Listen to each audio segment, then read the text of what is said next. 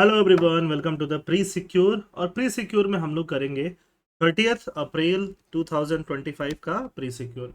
तो अभी तो मई स्टार्ट हो चुका है, बट अप्रैल का कुछ इंपॉर्टेंट क्वेश्चन बचा है, इसलिए हम लोग इसको बैक डेटेड अप्रैल के नाम से कवर कर देते हैं। फिर after few hours you will get another pre secure video, जिसमें कि आपको 1 से 5 मई तक के जो भी इम्पॉर्टेंट एमसीक्यू होंगे करंट अफेयर्स बेस्ड, वो आपको मिल जाएगा। तो total 10 MCQ we are going to cover in this and 10 MCQ in the next series. उसके बाद से हम 5 एमसीक्यू डेली के हिसाब से कवर करते जाएंगे। तो ये 10-10 20 एमसीक्यू जो भी होने वाले हैं, that is going to be very very important for your next prelims examination. तो आप लोग आराम से देखिए। Question number 1, with reference to the People for the Ethical Treatment of Animal.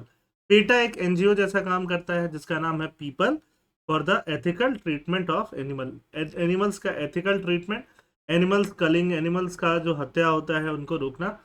PETA को फाउंड किया गया था यूएस में। It's currently the world largest animal right के बारे में बात करने वाली वर्ल्ड की लार्जेस्ट ऑर्गेनाइजेशन है।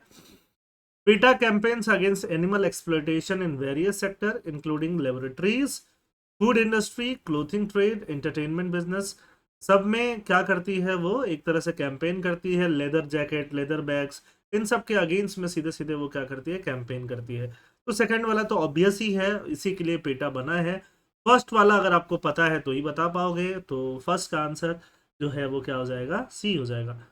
Y PETA animal right group suddenly praise Trump administration. तो पेटा वगैरह ने ट्रम्प को प्रेज किया है। तो पेटा का नाम बहुत ज़्यादा चलता रहता है, तो पेटा के बारे में आपको पता होना चाहिए। Second, operation Atalanta. Atalanta, operation Atalanta बहुत इंपॉर्टेंट है, very very important. Operation Atalanta is a counter piracy mission launched by European Union. European Union ने लॉन्च किया है। Its operational focus is limited to the Gulf of Guinea, targeting piracy of the West African coast। तो limited बोल के इसको गलत कर दिया, अदरवाइज ये सही था। फर्स्ट ऑप्शन जो है वो है सही। Operation focus on western Indian Ocean and Red Sea, Somali coast, Gulf of Guinea, सब पे इसका फोकस रहता है। यूरोपियन यूनियन का काउंटर पायरेसी नेवल ऑपरेशन है। नेवल ऑपरेशन का मतलब क्या होता है? फॉर एग्जांपल, अगर हम लोग काउंटर पैरेसी अफ्रीका बनाते हैं, यहाँ पे ये हॉर्न ऑफ अफ्रीका बनता है, ये रेड सी बनता है, तो यहाँ पे बहुत सारे सोमालिया वालिया कंट्रीज हैं और यहाँ पे पायरेट्स होते हैं, लुटेरे, समुद्री लुटेरे। वो क्या करते हैं, इधर से शिप्स गुजर रही होती है, उन पे अटैक करते हैं, उनको कब्जा कर लेते हैं, उनको लूट लेते हैं। तो इसीलिए यूरोपियन यूनियन का ये पहल था, काउंटर पायरेसी ऑपरेशन अटालांटा। इसको आप जरूर याद रखिएगा, वापस से ये बहुत फेमस हो रहा है। भले ही इसको पहले लॉन्च किया गया था, बट वापस से फेमस हो रहा है। Question number 3, root rot. Root जो है, रूट का सड़ जाना, रॉट हो जाना in plants. Root rot affects plant primarily through their foliage and flower. नहीं, नाम ही है रूट रॉट, तो रूट्स को रॉट कराता है, ठीक है। Both environmental factor like over watering and biological agent such as fungi and oomycetes can cause root rot. Root rot pathogens can spread through soil, water and may affect neighboring plants। तो second third तो सही है। मे affect है neighbouring plants का, तो neighbouring plants को तो affect करेगा ही करेगा। Red jasmine cultivation hit by root decay disease, त्रिचुमे फार्मर्स स्मेल लूजेस। तो ये आपका जो है बिल्कुल सही है रूट रॉट के बारे में। Question number 4, with reference to India's contribution to the UNESCO Memory of the World Register consider the following statement. India का जो कंट्रीब्यूशन है UNESCO Memory of the World Register से रिलेटेड, उसके बारे में हमें बताना है कि फॉलोइंग स्टेटमेंट में से कंसिडर करना है। Rig Veda was India's first inscription in the Memory of the World Register. Memory of the World Register में अभी भगवत गीता को ऐड किया गया है। Memory of the World Register के ऊपर हम पहले भी प्री सिक्योर में एमसीक्यू कर चुके। Memory of the World Register जो है, UNESCO Memory of the World Register, that is going to be very very important for this year prelims examination, है ना। Rig Veda was first Indian inscription in Memory of the World Register and was added in 2005।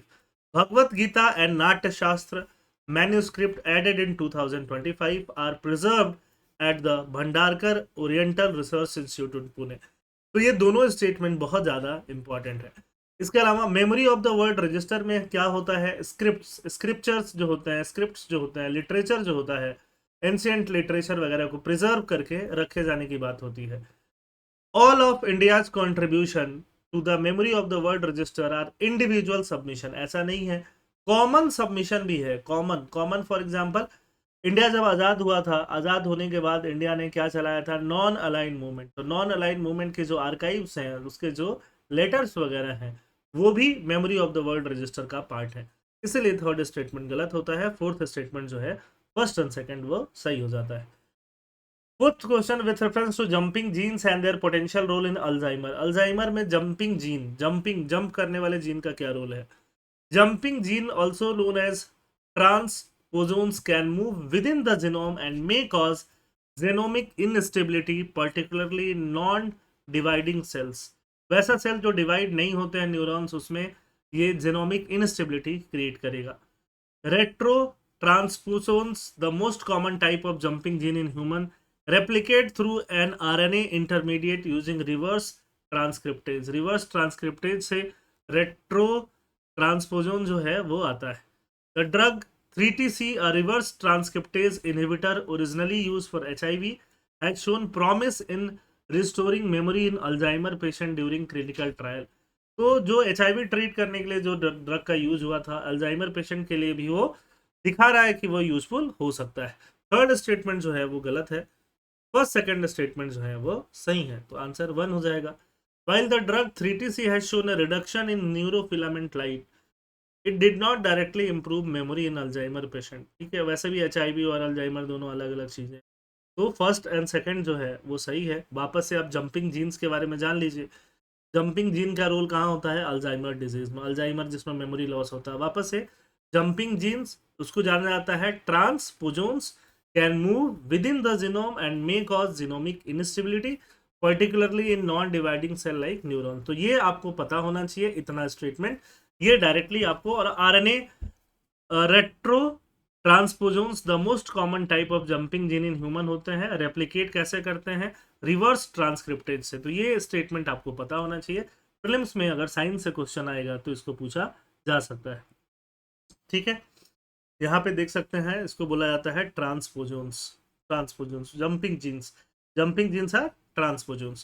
Question number 6, sunrise industry, उगता हुआ सूरज। ऐसा industry जो अभी rise हो रहा है और फ्यूचर में बहुत पोटेंशियल है, बहुत पोटेंशियल है। कौन सा पोटेंशियल है?